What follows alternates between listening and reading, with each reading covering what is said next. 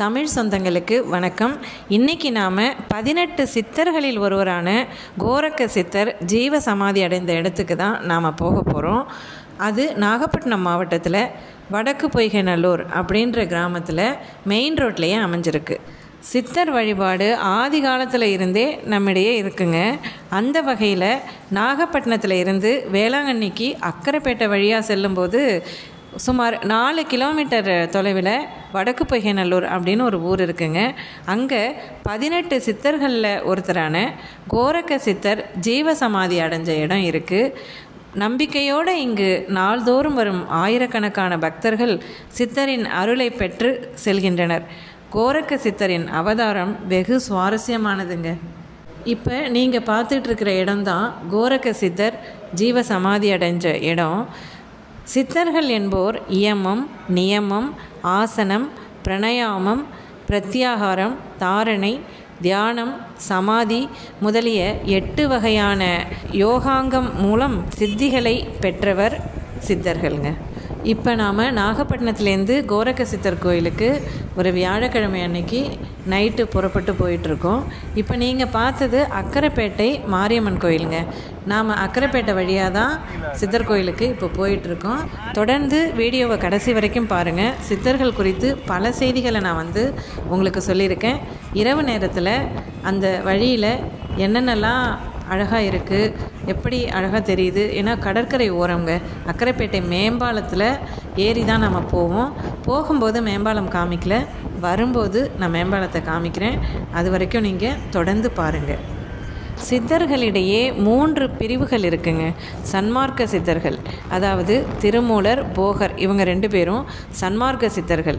அதுக்கப்புறம் ஞான சித்தர்கள், இவங்கெல்லாம் யார் யாருன்னா பட்டினத்தார், சிவவாக்கியர், பாம்பாட்டி சித்தர், குதம்பை சித்தர், அழுகண்ணர் போன்றோர் ஞான சித்தர்கள்.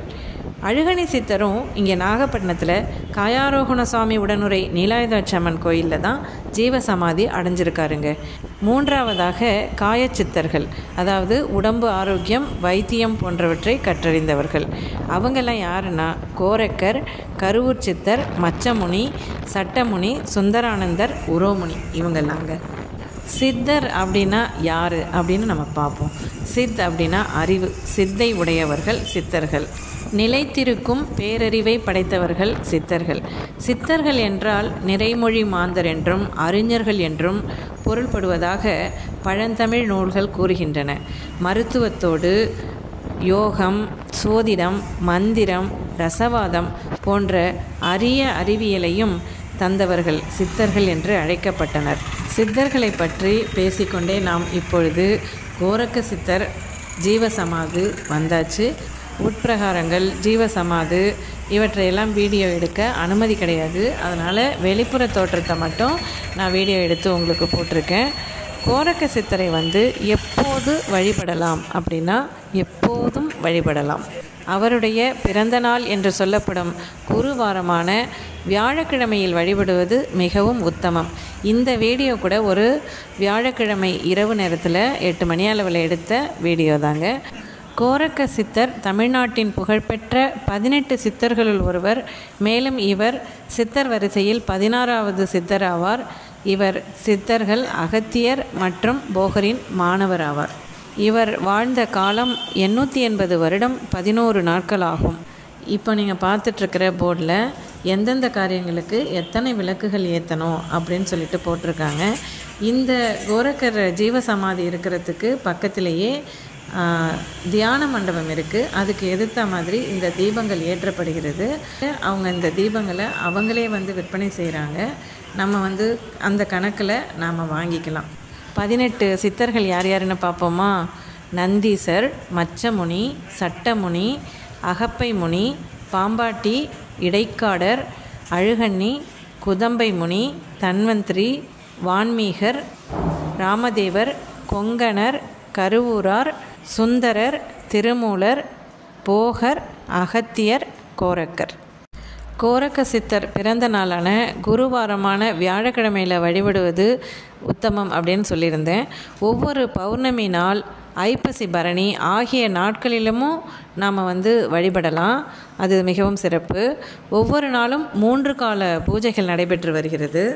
இன்றைக்கி கோரக்க சித்தரை வழிபட்டுட்டு பக்கத்திலே இருக்கக்கூடிய தியான மண்டபத்தில் சிறிது நேரம் தியான நிலையில் இருந்துட்டு அங்கேருந்து புறப்பட போகிறோம். இப்போ நான் காமிச்சேன் இல்லையா, அது வேளாங்கண்ணி போகிற ரோடு. நம்ம நாகப்பட்டினத்துலேருந்து வேளாங்கண்ணி போகிற வழியில் இருக்குது அப்படின்னு சொன்னேன் இல்லையா, அதற்காக தான் அந்த சாலையையும் நான் காமிச்சேன். இது நாகப்பட்டினம் போகிற வழி. சித்தர்களிலேயே கோரக்க சித்தர் ஒரு மாறுபட்ட சித்தர். ஆற்றலோடு துணிச்சலும் அச்சமற்ற தன்மையும் உடையவர். வெளிப்படையாக பேசக்கூடியவர்.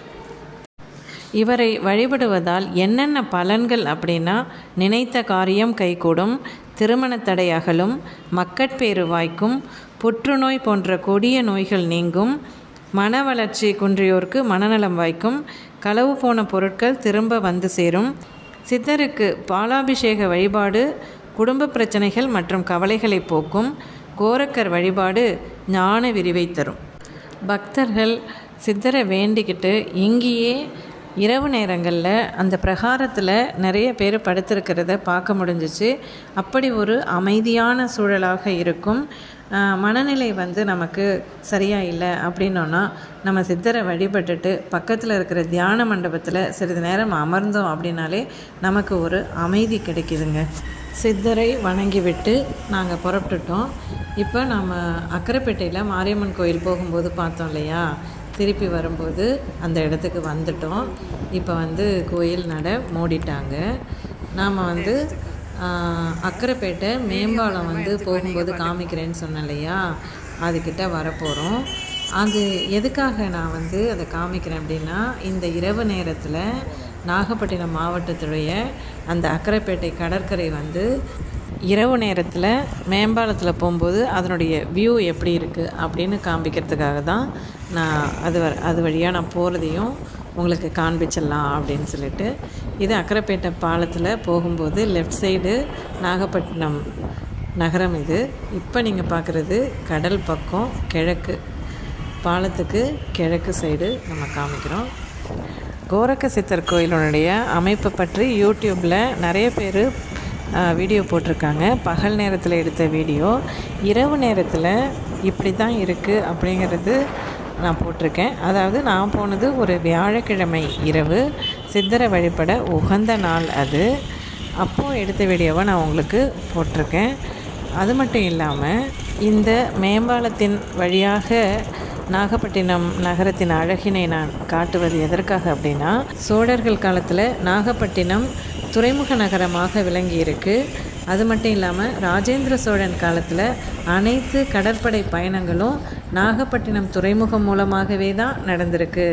அது மட்டும் இல்லாமல் டச்சுக்காரங்க, போர்ச்சுகீசியர்கள், பிரித்தானியர்கள் இவங்க எல்லாருமே கோரமண்டல் கடற்கரையின் முக்கிய துறைமுகமாக நாகப்பட்டினம் துறைமுகத்தை தான் பயன்படுத்தி வந்திருக்காங்க. இது போன்ற மேலும் சில கூடுதல் தகவல்களை டிஸ்கிரிப்ஷன் பாக்ஸில் கொடுத்துருக்கேன். மறக்காமல் அதை படித்து பாருங்கள், பயன்பெறுங்க. ஓகே சொந்தங்களே, என்னுடைய வீடியோவை முழுமையாக பொறுமையாக பார்த்ததற்கு நன்றி. என்னுடைய எல்லா வீடியோஸையும் பார்க்குறதுக்கு மறக்காமல் என்னை சப்ஸ்கிரைப் பண்ணுங்கள், லைக் பண்ணுங்கள், பிடிச்சிருந்ததுன்னா ஷேர் பண்ணுங்கள் அண்ட் கமெண்ட் பண்ணுங்கள்.